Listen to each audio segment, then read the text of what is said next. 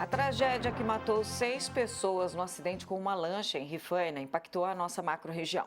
Um acontecimento que não fica restrito às vítimas e famílias envolvidas, mas que merece uma profunda reflexão. Para mais um bate-papo especial, hoje eu conto aqui com o instrutor náutico Paulo Henrique Gonçalves e com um professor especialista em emergência e socorro, o Fernando Viana. Começando contigo, Paulo. Passado aí um pouco mais de uma semana desta tragédia que marcou a nossa macro-região, quais são os principais destaques que a gente deve considerar para iniciar essa conversa? Bom, acredito que manter toda a documentação, né, tanto da embarcação quanto do piloto em dia e, claro, sempre seguir as normas e as legislações que a Marinha impõe aí na navegação, né? Nós estamos falando de normas que podem evitar tragédias como essa que aconteceu? Dependendo do caso, sim. Geralmente as normas são impostas para minimizar o risco, né, dessas tragédias acontecerem.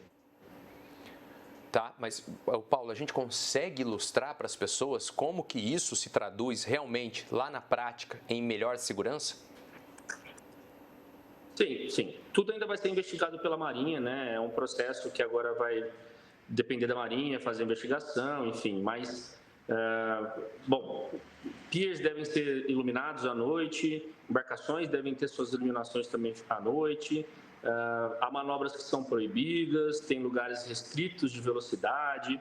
Mas, sobre esse acidente específico, ainda vai precisar de uma investigação melhor para a gente saber exatamente o que ocorreu, né? Perfeito, Paulo. Fernando, vamos lá. Você traz a visão de quem atua depois ali no socorro. Então, quais são os grandes riscos que a gente precisa destacar quando a gente fala dos passeios náuticos? Que é interessante, né? Quando falamos, né, passeios náuticos, né, aquaviários, devemos sempre assemelhar aos passeios terrestres, né? Nada muito muda, né? Vamos sempre nos preocupar com segurança, habilitação. Então, para que eu dirija um carro, é necessário ser habilitado. Para que eu dirija uma embarcação, eu tenho que ter a habilitação válida ali no território nacional. No veículo, é necessário usar cinto de segurança, na motocicleta, o capacete. E na embarcação, obrigatoriamente tenho que utilizar o colete salva-vidas. E detalhes, né? Colete salva-vidas referente ao peso adequado e fixado de forma adequada, porque não somente eu vou vestir de qualquer maneira, eu tenho que verificar esses detalhes. As pessoas, o comportamento no interior da embarcação é de grande importância. O condutor da embarcação tem que estar atentos, né, ao posicionamento onde o pessoal está ali sentado para equilibrar os pesos e como válido para os veículos terrestres, né? Bebida alcoólica, hipótese nenhuma, especialmente para quem dirige. Aliás, Fernando, essa questão vale para todo mundo que está brincando na água, não é mesmo? Não é só para quem está em embarcação. Exatamente, né? Quando fala assim água, né, nós temos riscos reais, riscos invisíveis.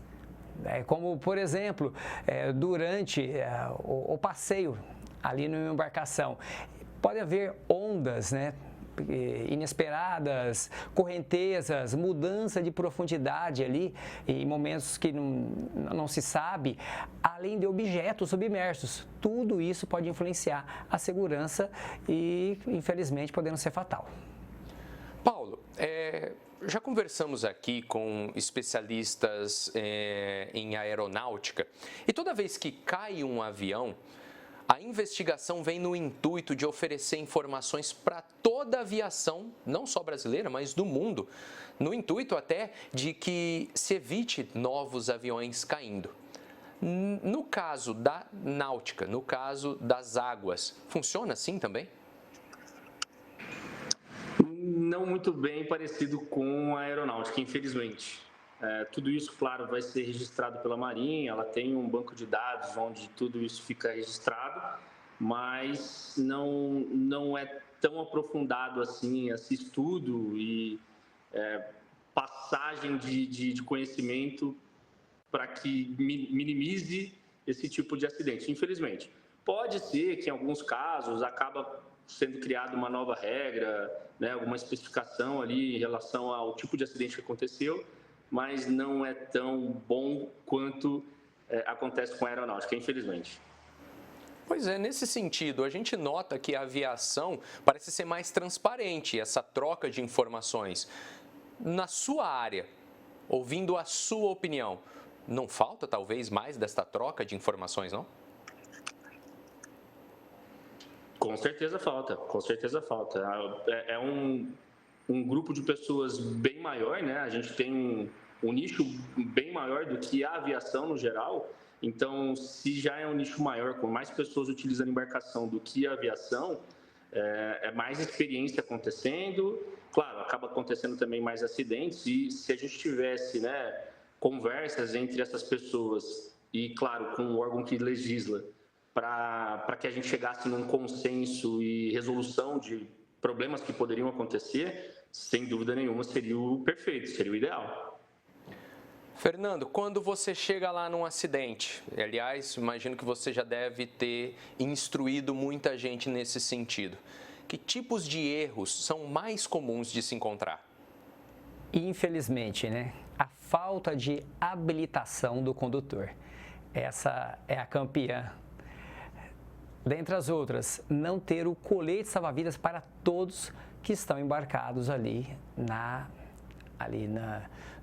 nessa embarcação.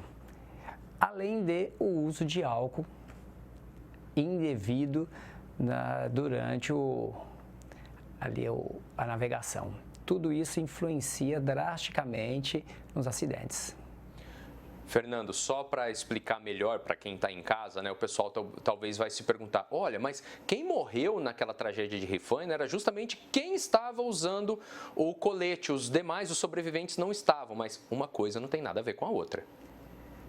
O que acontece também, né? O pessoal acha, não, estou de colete, estou seguro. Porém, o que acontece? Numa queda, pode haver um traumatismo raquimedular, ou seja, bateu a cabeça, a pessoa tornou-se inconsciente e, no caso, ele acabou ficando por debaixo da embarcação. Aí nada adiantou. Então, a grande necessidade, nós temos trabalho o quê? Prevenção. É prevenir para não evitar.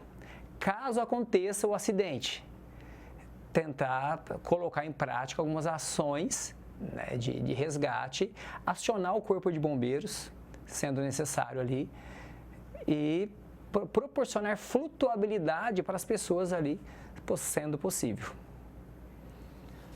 Paulo, a gente viu ao longo das informações a respeito dessa tragédia a existência de um seguro obrigatório para as embarcações comerciais. Como é que funciona isso? Ele é fundamental? Exato. O seguro ele voltou a ser cobrado pela Marinha em julho de 2024. Ele é obrigatório, ele chama DPEM. É como se fosse o DPVAT que existia para o carro. E ele existe justamente para quando ocorre algum acidente com amputação acidental, mortes acidentais, o seguro vai indenizar as vítimas, claro, relativo à gravidade do acidente que aconteceu. Então, assim, é um documento obrigatório hoje em dia, né? As pessoas precisam ter isso para fazer a navegação da forma correta. A Marinha vai cobrar isso em fiscalizações e, mais importante de tudo, quando ele realmente é necessário ser usado, é bom que ele esteja em dia, né? Na sua opinião, ele faz a diferença, Paulo? Com certeza. Em casos como esse, faz total diferença. Fernando, vamos lá. Quem é responsável pelo grupo que se encontra numa embarcação, geralmente? O condutor, ele é o primeiro responsável, né? Sabendo as regras de segurança, estar habilitado, não ingerir bebida alcoólica, certificar que todos estão de colete, porém, a segurança é individual. Cada um responde pelos seus atos. Cada um é responsável pelas suas ações, mantendo ali os cuidados necessários nessa embarcação, né? Manter sentado, atento, auxiliar o condutor, talvez ele nem consiga visualizar tudo que está ao seu redor, mas referente a obstáculos, ondas, pessoas, outras embarcações, é responsabilidade de todos. Paulo, Estava imaginando aqui agora, todo tipo de serviço está sofrendo uma multiplicação. O mercado está oferecendo muitas empresas diferentes e não é diferente quando a gente diz das embarcações, quando a gente fala do lazer. Ali, Rifaina atrai cada vez mais turistas e com certeza vai atrair a exploração comercial. Dá a sua dica, pela sua impressão, como é que a gente avalia se está lidando com uma empresa segura, com alguém que respeita o mínimo da segurança e da vida dos passageiros, dos clientes? Tá, vamos lá. Se uma empresa está trabalhando com o turismo, ela vai precisar de duas coisas aí. A primeira, em relação à embarcação, é a liberação da Marinha, tá? Existem embarcações que são comerciais, que servem para justamente fazer o turismo, transporte de passageiro, transporte de carga, puxar uma banana, né, ou algum outro esporte que seja rebocado na água. E também tem a liberação da prefeitura em si, tá? Então, são os dois órgãos trabalhando juntos. A pessoa ela consegue verificar, né, seria o ideal ela verificar isso antes de contratar o serviço da empresa, ver se essa empresa está realmente regularizada nos dois órgãos, e tentar sempre verificar, né? É bom ter uma listagem do que é necessário ter dentro de uma embarcação e antes de sair para a navegação em si, por mais que não seja a responsabilidade de quem está contratando a empresa, mas eu acho que é interessante a pessoa saber também sobre isso, até para poder cobrar em relação a algum objeto de salvatagem, né? Ou colete, ou um extintor de incêndio, enfim. Eu acho que é interessante a pessoa também saber disso para poder cobrar disso, isso da empresa que ela está contratando. Fernando, a tragédia de Rifaina aconteceu de noite, mas ela poderia ter acontecido, por exemplo, à plena luz do sol, do dia, numa época em que há uma alta demanda, tem muita gente ali frequentando. Se acontece um acidente, qual a melhor maneira de se conduzir no resgate, no atendimento, sobretudo contando que vai ter pessoas curiosas ou gente disposta a tentar ajudar? Como em toda e qualquer emergência, mantenha calma. Se eu não posso auxiliar, não tenho condição técnica, não tenho segurança, aciono o socorro. 193, Corpo de Bombeiros, 190, Polícia Militar. Mas, sendo possível, estou próximo, sinto-me seguro, em questões de salvamento aquático, a ideia é proporcionar flutuabilidade para as pessoas que estão ao redor.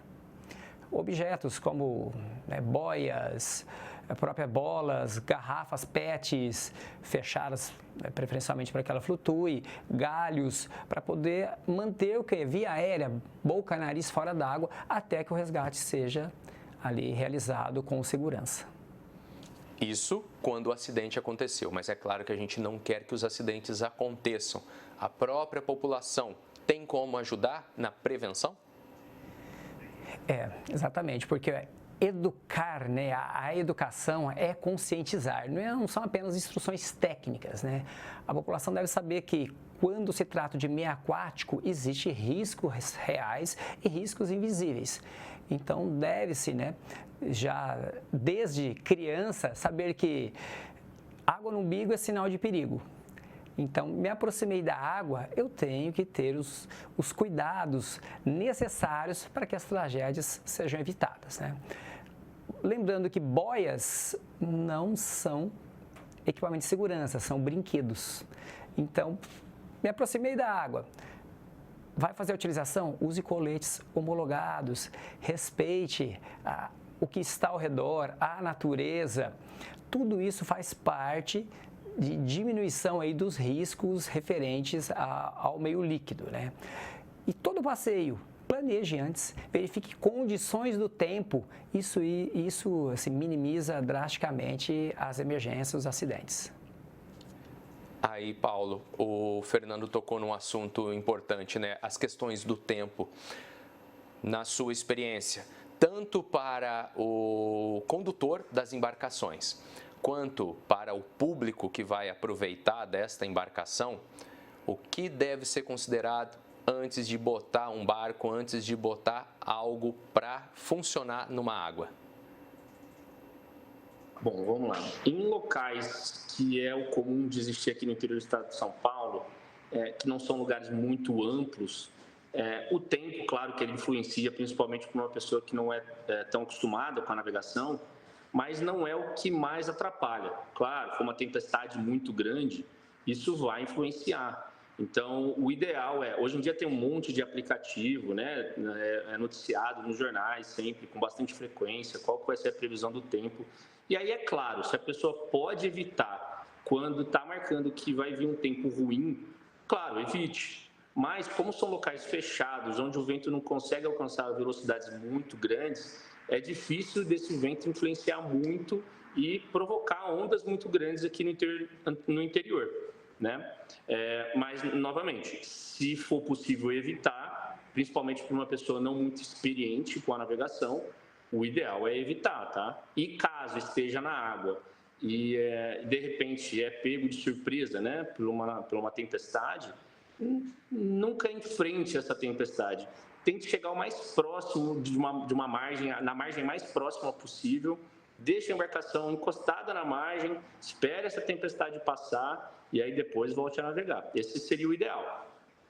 Paulo, de modo geral, Rifaina, a exploração turística e comercial daquele espaço, oferece segurança para que as pessoas voltem lá e toquem a vida normalmente? Tudo vai depender da procura da pessoa, tá? Lá eu conheço lugares que são adequados e próprios para a pessoa ir lá e realmente aproveitar um final de semana, um feriado e um dia ser super tranquilo. Porém, como em qualquer outro lugar, tem lugares, empresas e pessoas que não funcionam da forma correta. Então, sim, se ela souber procurar e chegar no local correto, com pessoas que estão preocupadas em prestar um bom serviço, não vai ter problema nenhum.